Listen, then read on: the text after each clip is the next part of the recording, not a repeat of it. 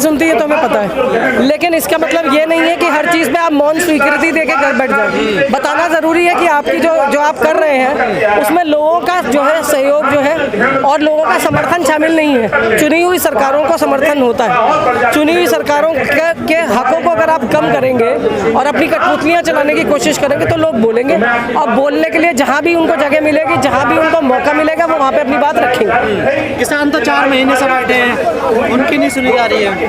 पर किसान भी तो नहीं सुन रहे, किसान भी तो नहीं सुन रहे। किसान ये कह रहा है कि मुझे जो आप दे रहे हो वो मुझे नहीं चाहिए, मुझे कुछ और चाहिए। तो आप बातचीत कर लीजिए, जो मुझे चाहिए वो मुझे दे दीजिए, और जो आपको अच्छा लग रहा है वो आप अपने पास रखिए।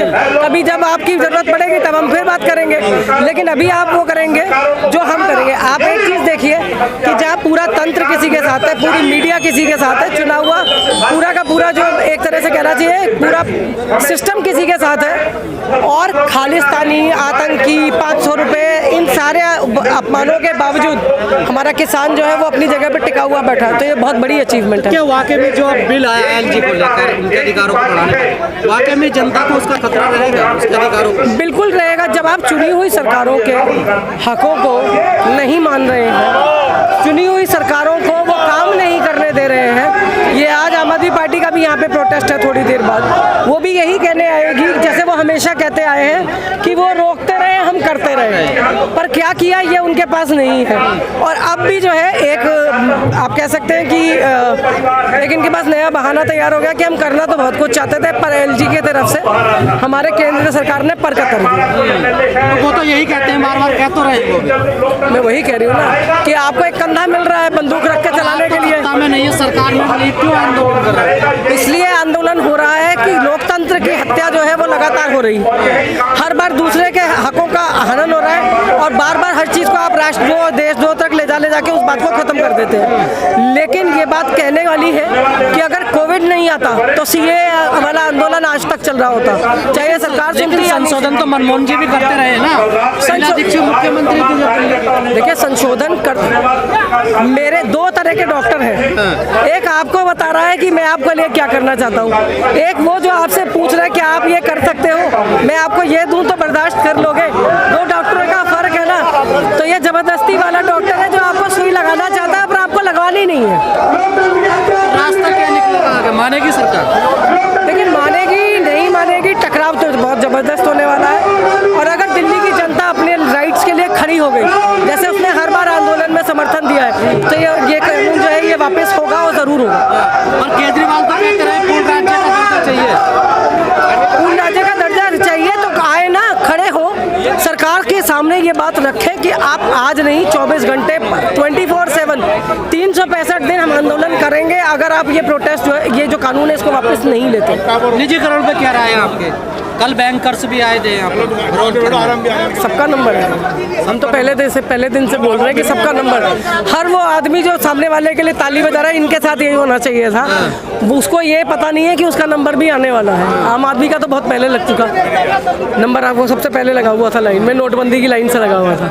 उसके बाद से चाहे किसान हो, छात्र हो, महिलाएं हो, व्यापारी हो, सबके नंबर आ रहे हैं। वकीलों का भी आएगा, और एक दिन ये सरकारी कर्मचारी जो हमारे पुलिस वाले हैं इनका भी आएगा। जी मैडम, क्या कहोगी जो सरकार नीति? लोकतंत्र की हत्या हो रही है, ये सबको दिख रहा है, और इस उसको ख़त्म करने की ज़रूरत है, और वो ख़त्म होगी और होके रहेगी। यही हमारे कांग्रेस। केंद्र सरकार सही पॉलिसी नहीं बना रही है? बिल्कुल नहीं बना रही है, और जिस तरीके से जैसे मौका बरस की तलाश में रह के जो हरकत उनकी चल रही है वो ठीक नहीं है। इसलिए यहाँ बदलने की ज़रूरत है, और बहुत सारी चीज़ें हैं जो गलत कर रहे हैं, और उनको हम लोगों ने कुछ। लेकिन मैडम जो भी नीति बनाती है सरकार, उसका विरोध पहले होना शुरू हो जाता है, क्या वजह? आप कुछ सोच समझ के नहीं बनाएंगे तो मतलब जिसके लिए बना रहे हैं हमेशा का वो है कि आप 4 लोगों से पूछ के, अगर आपको छात्रों के लिए कुछ बनाना है, कुछ सोचना है, और कभी आपने 10वीं करी होगी 40 साल पहले, और आप ये सोचें कि जो मुझे उस टाइम चाहिए था शायद इन्हीं बच्चों को उनको ये भी चाहिए, उनको भी यही चाहिए हो,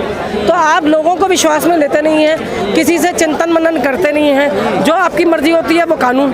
वो कभी किसी ने मिथुन चक्रवर्ती के बारे में एक बार कहा था कि वो अच्छा डांस और अच्छी एक्टिंग नहीं करते, वो जो कह देता है वो डायलॉग है, और जो कर देता है वो डांस है। तो फिलहाल ये सरकार उसी तर्जुमे पे काम कर रही है। तो जो आने वाले चुनाव में फर्क पड़ेगा उनको?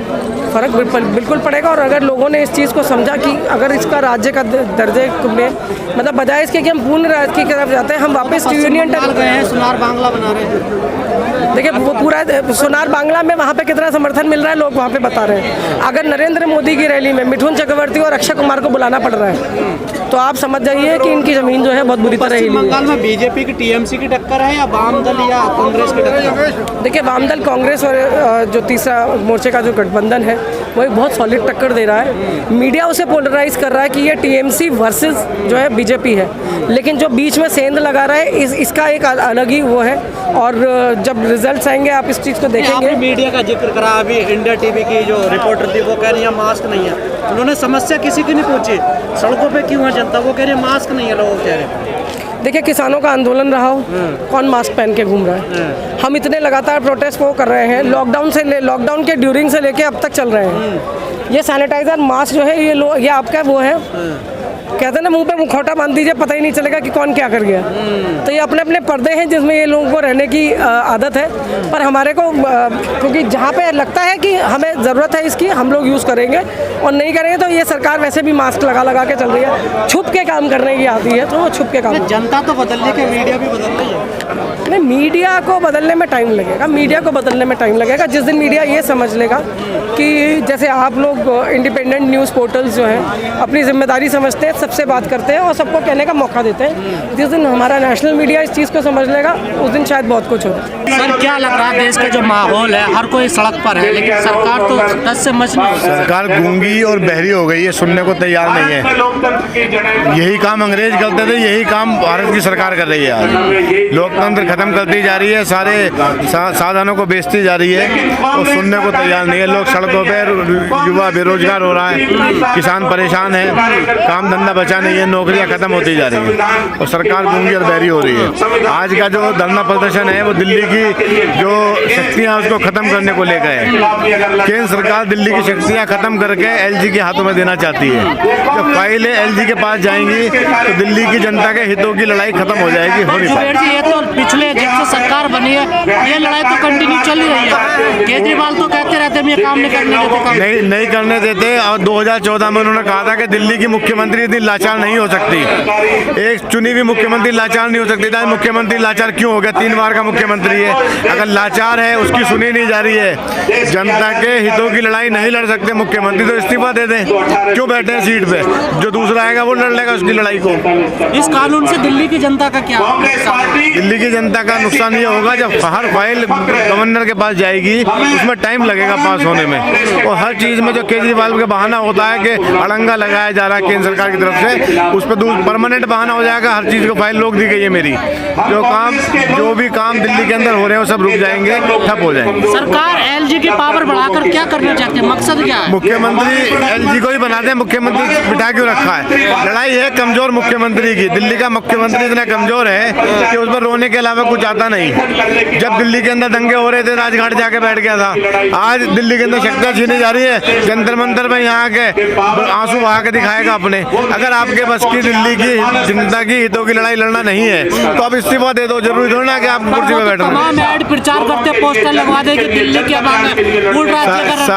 पूर्ण राज्य लेने वाला मुख्यमंत्री, पूर्ण राज्य का वादा करने वाला मुख्यमंत्री आज जो है शक्तियां खत्म हो रही हैं उस पर भी वो मौन था।